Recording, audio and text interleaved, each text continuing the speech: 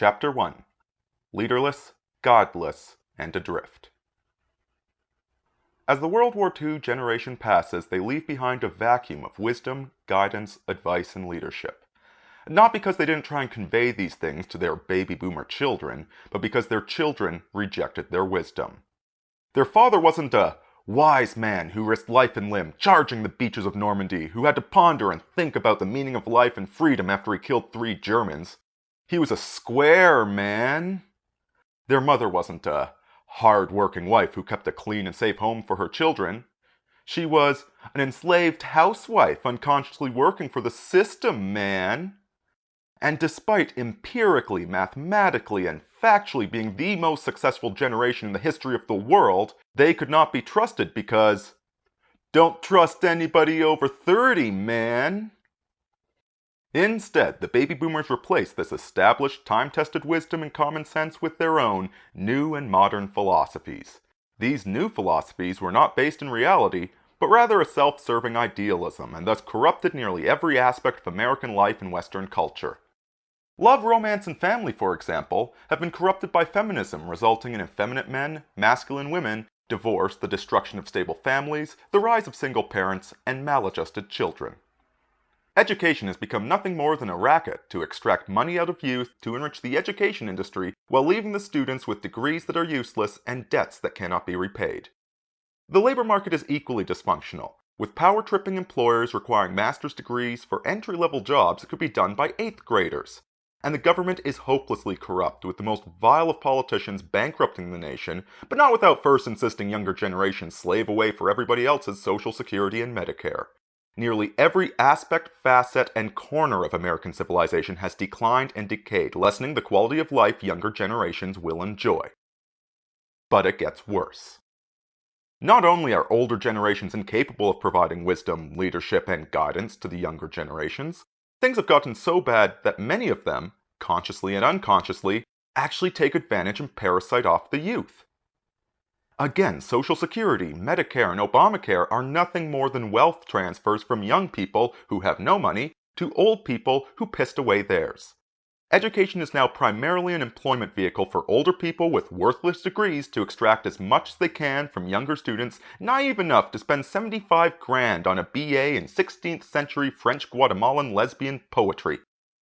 And any superficial study of the federal budget will now show a mortgaging of our country's finances so people today can spend while people of tomorrow will pay. Ergo, most elders are not only incapable of conveying wisdom, leadership, or guidance, they have no incentive to, even if they had any to dispense. I.e., they need to keep you in the dark. They need to keep you ignorant. They need to prevent you from gaining wisdom. And thus, young people are left clueless about how to live their lives, how to enjoy their lives, and how to get the most out of their lives.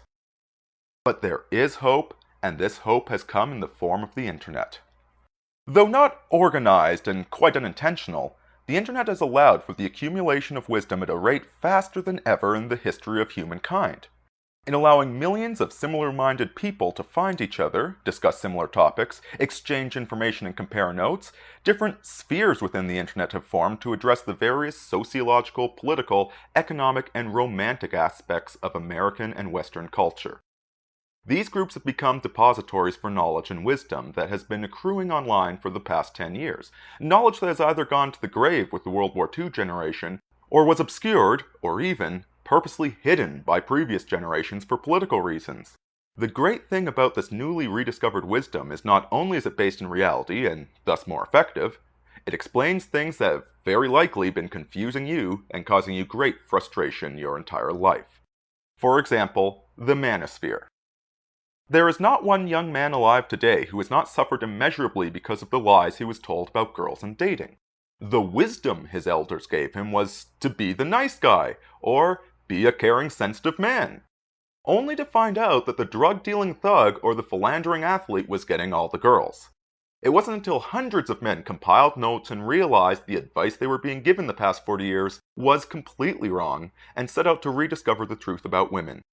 Women like tall, strong, aloof, confident assholes who ignore them and treat them like shit. You may not find that truth comfortable, but it at least alleviates the insanity millions of young men have suffered. Another example: education. The lies you were fed were that you could follow your heart and the money will follow, or that it doesn't matter what you major in, it's what you do with the degree that matters. As long as you went to college, racked up $100,000 in debt, you were doing the right thing.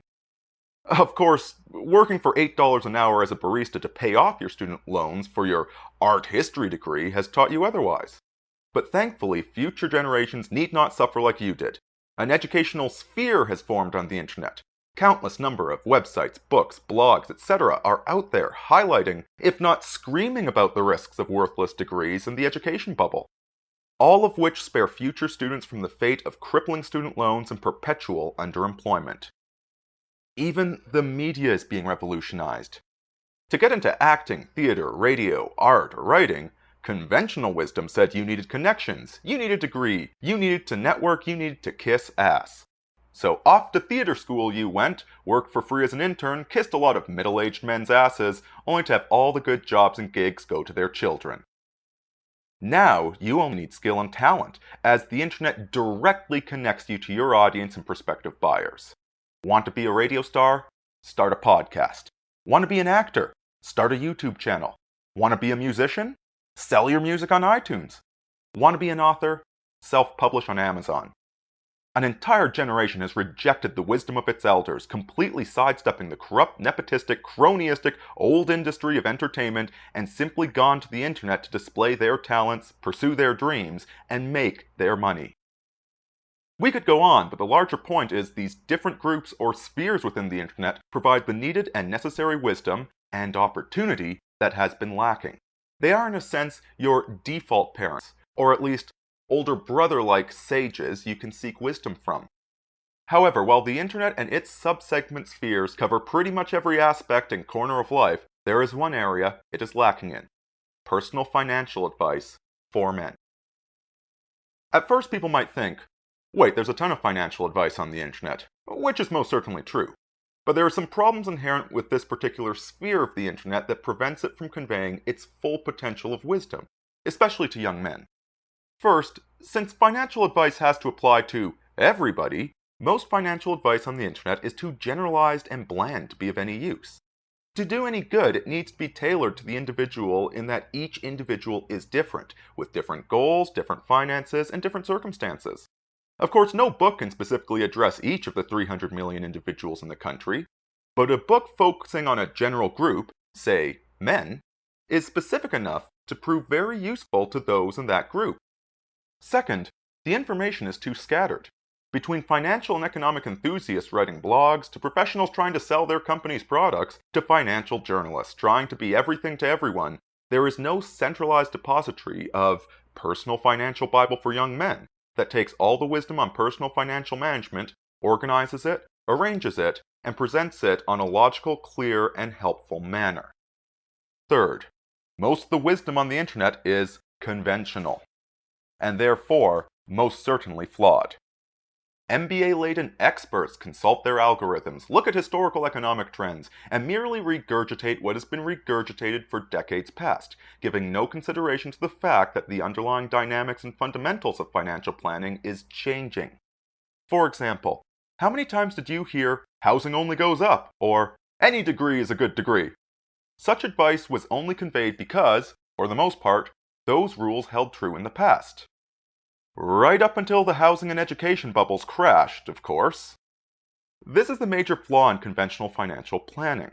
They not only fail to think outside of the box, but they never ran or considered alternative economic scenarios, and therefore do not have any contingency plans beyond, well, contribute to your 401k some more, leaving practically everybody exposed to a financial black swan event.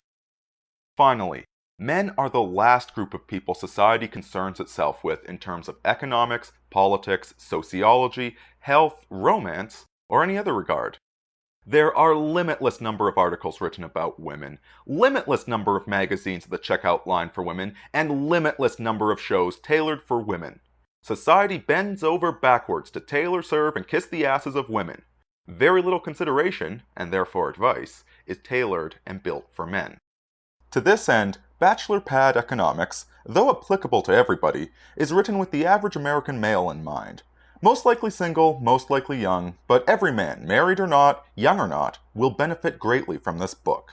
It is the single most comprehensive source of wisdom for young men regarding personal financial management, investing, and life from a financial perspective. It is a roadmap to financial planning that has been sorely missed the past 3 generations. Reading this book will surpass any number of college classes in terms of the wisdom and help it will grant you, and the younger you read it, the better off you'll be. This book, quite simply, is a must for every young man out there, so that you not only avoid the mistakes your elders made, but live better and more enjoyable lives than we did.